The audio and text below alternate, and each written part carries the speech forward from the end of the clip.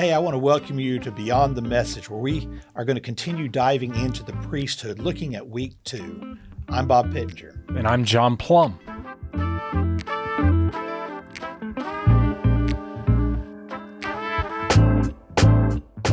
Well, John, hey, I want to welcome you to Beyond the Message. It's good to have you with us. This is your first time here, right? It is my first time. It's a joy to be here. Yeah, well, take a minute and share with us a little bit about what you do here at Battle Creek Church and your family, and just tell us about you. I have the honor and joy of being one of the pastors here. I am the Senior Director of Experience. Let's take a long title and make it short. Basically, if it touches Sunday, I get to help with that, from creative to production, worship, and of course the teaching side, along with Pastor Alex. I'm married, been married for 23 years to my wife, Jamie. We've got 2 kids, now a junior and a 7th grader, and school is back in session. Oh, I know you just hate school being back in Just session. hate it. Somewhere all the parents are going, no, I don't think that's right. No. I did a heel kick as they all went off to school. So it's a good day. Yeah, it's a good day. Well, I know there's been a lot of people talking on the app about, hey, let's pray for our kids as they're there. And that's one thing I love about the app is people praying for our kids, praying for our needs. And really they're doing what Pastor's been preaching about in the priesthood. We are intervening for others. And so this week, as we were looking at week 2, the pastor talked about you are God's chosen people, specifically chosen. How does it make you feel knowing that God has chosen you? In one word, it would be humbling. Yeah, is what it is. But I got to thinking about where we are right now in the Bible recap. For those of you who've been going through the Bible recap along with us and along with Pastor Alex, we are right now in the book of Jeremiah. And that whole book begins with God saying, before I formed you in the womb, I knew you. Before you were born, I set you apart. I appointed you as a prophet to the nations. To think that not only does he know us, he knew us before we were even created. Exactly. That's where it's humbling to realize that God has not just designed us, but appointed us, chosen us. Yeah. And he chose each of us, and he chose us for a particular purpose. Yeah. He didn't choose me to be a doctor or a lawyer, and there's a reason for that. It is. I don't have that ability, but he did choose me for this season. Like as the Senior Director of Connections, I get to help lead groups across all the campuses. He chose me for that. But not only did he choose me, but he has entrusted me with what he's given me and say, Bob, I believe you can do this. I believe your heart, your passion, your experiences, you are the perfect person to do what I have chosen you to do. And he's going to help me do it. It makes me think of something that's true for you and for me, but for each and every person who is watching this video. I had a professor at ORU who every day in class would remind us, to those he calls, he also equips. That's real good. And that is so true for each of us as that priest, that he is not just chosen us, he's appointed us, but he equips us. Right. So he's not going to call you to this moment, this season, even to this work without also equipping you to do that which he's called you. Yeah, he's going to say, hey, go do this, and here's how you do it, yes, and let me empower you. It reminds me, it's one of my favorite verses in Philippians 2, where Paul says God's going to help us work out our salvation, but really what it means is work out what he's put in us. Yes. He has put it in you to do what he's called you to do. Doesn't matter if it's your what you do in the world or what you do in the church. He has empowered you to do it. He's put something in you. So I love that. Say it again about what your To those he calls, he also equips. Yeah.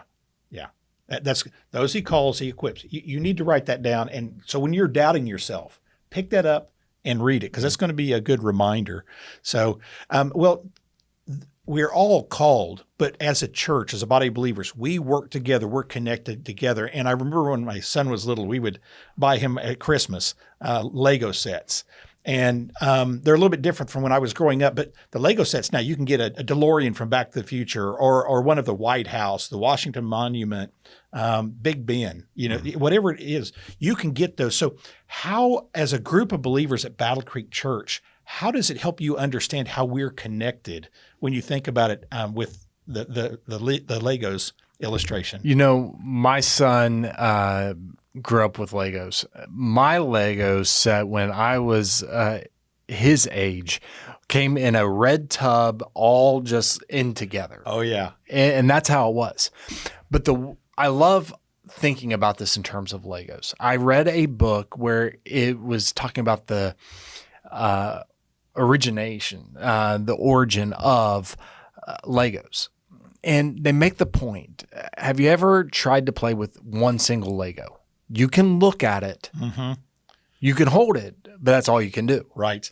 Legos are designed to connect together, and you add one other Lego in, and you more than quadruple your options. Right. So when you begin to think about how God has connected us together in such a way where we are designed not to be by ourselves, but to use my gifts along with your gifts, Right. move us further down the way. And that's the way he's wired us, if you would. Yeah. And if you think about whether it's those Legos and you were building them to build a house or a car or whatever, or the ones now where it's a DeLorean or a police station or a spaceship, if you take a piece or several pieces out of there, it doesn't work.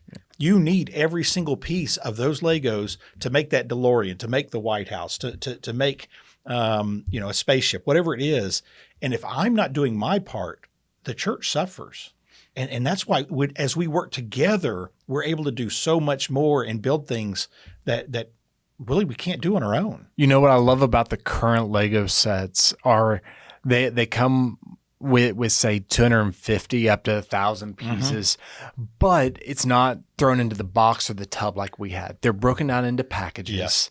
And if you will follow the instructions to the letter, then it will get you the desired outcome. Yeah. But if you skip a step or if you lose a piece, then it impacts the final product. And it's just that reminder that the Word of God, even as it talks about our role as a chosen people, a royal priest, a holy nation, it is that instruction book. Yes. For what we are to do and how we are to do it. And if we come along with God's plan, his word, then it helps us accomplish the very thing for which he has sent not just his word, but sent us. Yeah, and the way he wanted it to happen to begin with. I mean, we are, the Legos that we grew up with in the tub, you had to use your imagination, where now you're building something like the Millennium Falcon that's like $300. Yes. That hurts my chest to even say that. But you have to put it together. But for us, it was just blocks, and you were just building, and you were using your imagination. We're actually building out what God has imagined in his mind of what he wants. And for me, I don't even know what to do with that. I mean, that I'm fulfilling God's wish, God's promise, God's plan. And he's equipping me to do it. It's such a great application of that. Yeah. So let me ask you this. If someone, hey, I want to know how I can use how God has designed me, what would you say? What's their next steps? What would you suggest? I think that's part of the reason why I love the Battle Creek app. If you will go back, we spent all summer looking at how God has wired each of us individually. Yes. And now we're learning about how it works together in the priesthood of all believers. But you can go back and take any of the 7 tests that you might have missed and figure out what is it that God has put in you, what is the way he's wired you, and even that information will help you understand more of our role now. Yeah. Yeah, that's really good. I like that. It's going back and figuring out how you're wired. My wife was laughing at me when we were taking it. We got to Mercy, and I'm not the most empathetic person. I really try to, you don't get to just be mean because you don't have it. I scored myself a 12. She scored me a negative 27. And so, but on who was right, by the way? Oh, it's got to be her. I've been married 31 years. She's always right. I'm always wrong. That's a smart man right there. Yes, there we go. I got one right. Yes. But the things that he did equip me for, they come naturally. But the things that I'm not given that gift doesn't mean I get to just ignore it.